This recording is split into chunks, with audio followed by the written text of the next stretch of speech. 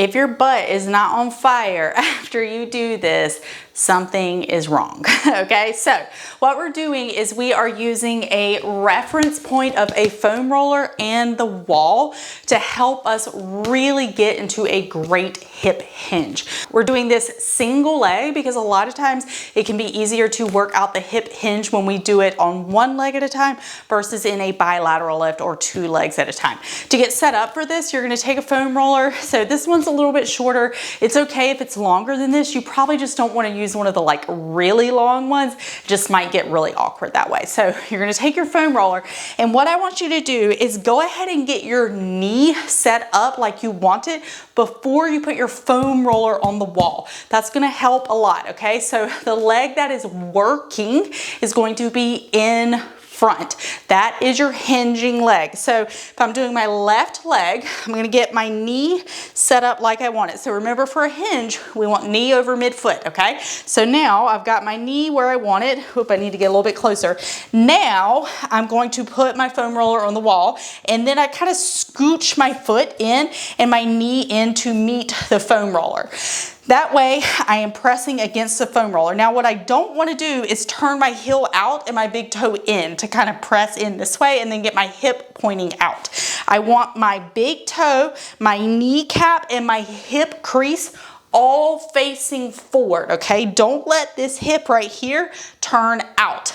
Want it back, and then the hip crease faces forward. So now need to readjust just a little bit.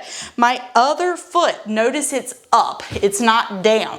I have my heel up and that leg is facing forward as well. From here, if I'm doing this unloaded, so that means I'm not using any weight, what's gonna happen is I'm gonna let my hip go back while I continue to press into the foam roller and make sure that I don't turn that kneecap towards the foam roller, okay?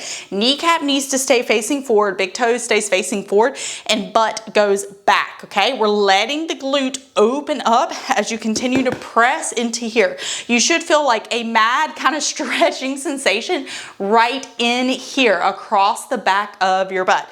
We wanna reach with our opposite hand toward your big and second toe. So notice as I go back, it's my hip that is creating the motion. I'm not doing this right here.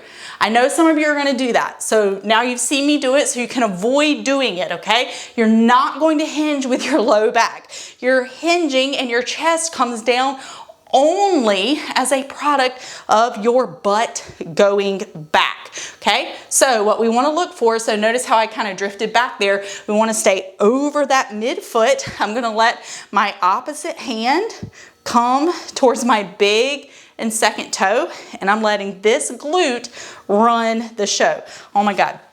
It's burning like something fierce. Okay, so now if we want to do it with weight, it's all the same setup. We're just going to put the weight in the opposite hand of the hinging leg. So I'm gonna get set up where I want to with my knee, foam roller there against the wall. Now it does get a little bit awkward with the weight because we don't want it to bump into the foam roller. So just be mindful of that. But besides that, really nothing else changes except how hard it feels, okay? Make sure that you can own the position without weight before you add weight. I want every single person to try this without weight before they do it with weight. All right, so now I'm gonna be here. Make sure I got that knee kind of over the midfoot. All right, everything facing forward. And here I go. So I'm gonna come down and I kind of let this right shoulder go towards that left big toe, and I'm letting that left hip open up. I'm gonna stand up and I wanna think about my glute pushing me to standing. I don't wanna lock out my knee, okay?